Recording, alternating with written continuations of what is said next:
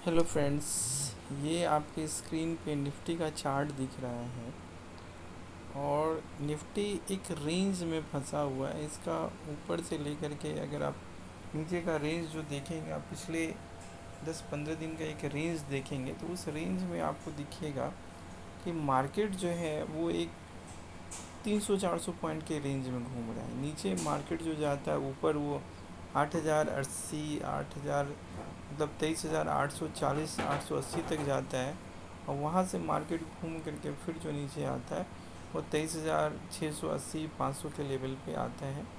Market का यही एक रेंज अभी चल रहा है। मुझे ऐसा लगता है कि आने वाले दिन में ये रेंज मार्केट का टूटेगा और ऊपर की ओर टूटेगा। इसलिए ऊपर की ओर टूटेगा, उसका कारण ये है कि मार्केट में क्रूड के प्राइसेस जो हैं वो नीचे आ गए, $100 के नीचे आ गए। ये मार्केट के लिए पॉजिटिव है। और दूसरा चीज़ ये है कि जो पी स्टॉक है वो भी अब धीरे धीरे पॉजिटिव वे में चल रहा है और उम्मीद है कि ये पी स्टॉक हो जाएगा। इसी कारण से क्रूड के प्राइसेस नीचे जा रहे हैं। तो क्रूड के प्राइसेस नीचे जाएंगे तो ये हमारे निफ्टी के लिए बेनिफिशियल है। अब यहाँ पे मैं आपको एक चीज़ आपको समझा देता हूँ। जैसे हमारा मार्केट अभी 20 के मतलब 20 मूविंग एवरेज के क्या है, नीचे है। दूसरा एक इंडिकेटर मैं इसमें और लगा देता हूँ, वो है RSI। तो अगर मैं RSI अगर मैं लगा दूंगा तो आपको यहाँ पे ये चीज़ दिखेगा कि इन दोनों के कॉम्बिनेशन से कैसे हम लोग स्टॉक सेलेक्ट कर सकते हैं या कैसे हम लोग को लगेगा कि मार्केट का ट्रेंड अप है या डाउन है। पहला 20 के मूविंग एवरेज के नीचे है आपका निफ्टी। और निफ्टी अगर RSI देखेंगे तो ये भी, इसका RSI भी 50 के नीचे है। तो जब तक ये दोनों चीज़ पॉजिटिव मोमेंटम में नहीं होंगे तब तक हम ये मान के चलेंगे कि मार्केट का ट्रेंड जो है ना वो बुल मार्केट का ट्रेंड अभी नहीं हुआ है। अब अभी हम कुछ देर के लिए निफ्टी को कुछ देर के लिए हम लोग निफ्टी को हटा देते हैं और हम लोग कुछ स्टॉक्स की बात करते हैं। तो आपको ये चीज़ समझ में आ गया कि ये कितना अच्छा से काम करता है। जैसे फॉर एग्जांपल के लिए अगर मान के चलिए कि मैं एक स्टॉक्स की बात करता हूँ और वो स्टॉक्स का नाम जो है, मान के चलिए कि जैसे मैं ट्रेंड की बात करता हूँ। तो ट्रेंड का चार्ट अगर हम लोग देखेंगे तो ट्रेंड के चार्ट में क्लियर ये आपको दिखेगा कि लास्ट फ्राइडे को ट्रेंड में रैली हुई थी। तो मैं ट्रेंड के स्टॉक्स की ही बात या ट्रेंड के स्टॉक्स में ही मैंने काम किया था। तो क्यों किया था, इसके अलावा और भी स्टॉक्स मैं आपको दिखा दूंगा। जैसे ट्रेंड का अगर आप चार्ट देखोगे तो यहाँ पे आपको दिखेगा कि ये 20 के मूविंग एवरेज के ऊपर सस्टेन कर रहा है और इसका RSI क्या 50 के ऊपर है। तो मतलब ये सीधा सा है कि स्विंग ट्रेड के लिए या इंट्राडे के लिए ये स्टॉक्स में हम अपॉर्चुनिटी ढूंढ सकते हैं। ये स्टॉक एक बार अपने प्रीवियस हाई के पास जाएगा टिल जब तक ये ब्रेकआउट नहीं किया है। हो सकता है ये ब्रेकआउट भी करेगा। और दूसरा ये इसका RSI ये बता रहा है कि एक बार फिर ये 70 के जून में जाएगा। तो आप इस स्टॉक को स्विंग ट्रेड के लिए देख सकते हो। अब मुझे अगर इंट्राडे इसमें काम करना है तो मैं कैसे काम करूँगा। तो इंट्राडे में आप 5 मिनट के चार्ट में जब आएंगे तो सबसे पहले आप ये देखिए कि ऐसा स्टॉक्स जिसका RSI 5 मिनट में 70 प्लस खुला है।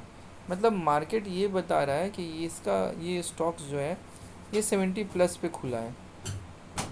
तो 70 प्लस पे खुला है तो एक बार मार्केट में ऐसा होता है कि मार्केट आपको एक बार, ये जो रेड वाली लाइन है ये 20 का मूविंग एवरेज है। तो एक बार आपको ये स्टॉक्स जो है ना, ये 9:15 पे अगर मैं यहाँ पे बात कर रहा हूँ, ये 9:15 पे खुला है, ये 4257 पे। ये धीरे धीरे ये यहाँ से बढ़ते बढ़ते ये ऊपर की ओर गया है। और जब आप 11 साढ़े 11 पौने 12 बजे के आसपास जब आप आएंगे तो ये आपको दिखेगा। एक्चुअली मैं आपको थोड़ा सा और दिखाता हूँ। ये स्टॉक जो है ना, यहाँ पे मैं जो यहाँ पे अगर आप देखेंगे तो ये जो आपका स्टॉक्स जो है ये आपको दिखेगा कि एक बार मार्केट में ये ओपन के टाइम के बाद में मार्केट में एक रैली होती है और रैली होने के बाद में मार्केट में एक माइल्ड करेक्शन इसने किया और माइल्ड करेक्शन करके ये 11 बजे के राउंड में 20 के मूविंग एवरेज के आसपास में आया। तो 20 के मूविंग एवरेज के आसपास में आया और सुबह सुबह आप देखोगे तो इसका RSI क्या 70 प्लस है। तो मतलब ये बाइंग का कैंडिडेट है और बाइंग का कैंडिडेट है और 20 के लाइन के आसपास में आ रहा है।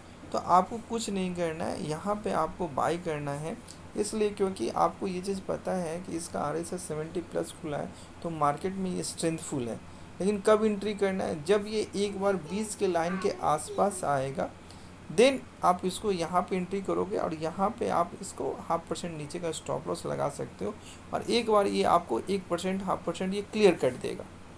तो अब आपको ये एक स्टॉक्स दिख गया। अब मैंने इस स्टॉक्स का जिक्र क्यों किया था, इसलिए मैंने जिक्र किया था क्योंकि ये स्टॉक्स ऑलरेडी 20 के मूविंग एवरेज के ऊपर सस्टेन कर रहा था, और इसका RSI जो है वो आपको 55 के ऊपर सस्टेन कर रहा था 1 डे के टाइम पीरियड में।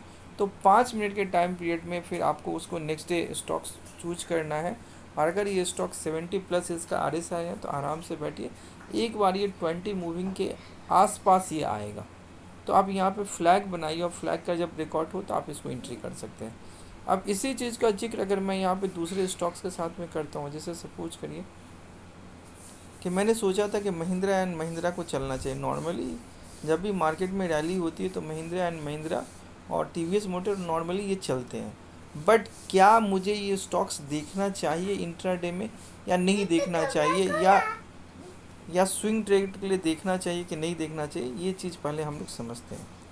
अब यहाँ पे अगर मान के चले कि मैं इसके 1 डे के चार्ट में आता हूँ, तो 1 डे के चार्ट में सबसे पहले देखिए कि इसका RSI 50 के नीचे है और 20 के मूविंग एवरेज के भी नीचे है। तो मतलब ये कि ये स्टॉक ये स्विंग ट्रेड के लिए भी अभी बाइंग की अपॉर्चुनिटी नहीं है, और इसको अभी हमको इंट्राडे में नहीं देखना है बाइंग करने के लिए। ये एक तरीका हो गया। अब यहाँ पे अगर मान के चलिए कि एक दूसरे स्टॉक्स की बात करते हैं, मान के चलिए कि डिक्सन टेक्नोलॉजी की मैं बात करता हूँ।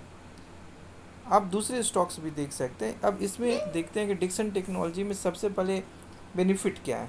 तो सबसे पहले देखेंगे कि इसका RSI क्या है और इसका मूविंग एवरेज क्या है। तो आपको दिखेगा कि ये 20 के मूविंग एवरेज के ऊपर सस्टेन कर रहा है, और इसका RSI भी क्या है, 50 के ऊपर सस्टेन कर रहा है 1 डे में। तो हम लोगों को कुछ नहीं करना है, हम लोग को 5 मिनट के टाइम पीरियड में आना है, और 5 मिनट के टाइम पीरियड में ये देखना है कि मार्केट में जब ये खुला है, तो मार्केट में जब ये खुला है तो ये आपको दिखेगा कि ये मार्केट में यहाँ पे खुला है, तो ये खुलते देरी आपको दिखेगा कि मार्केट में जो है सो ये इसका RSI आप इसको एक बार चेक कर लो कि इसका RSI कहाँ पे, तो आपको ये दिखेगा क्लियर कट। ये आपको दिखा रहा है कि मार्केट में ये स्टॉक्स का RSI जो है, ये RSI इसका 70 प्लस है। तो अगर आपको यहाँ पे जब कभी इंट्राडे में आपको दिखे कि ये स्टॉक को मैंने पहले चेक कर लिया था कि इसका मार्केट में बड़े टाइम पीरियड में ये क्या कर रहा है, तो मार्केट में जब आप यहाँ पे आएंगे तो आपको ये चीज़ दिखेगा कि इस स्टॉक का RSI क्या 70 प्लस है।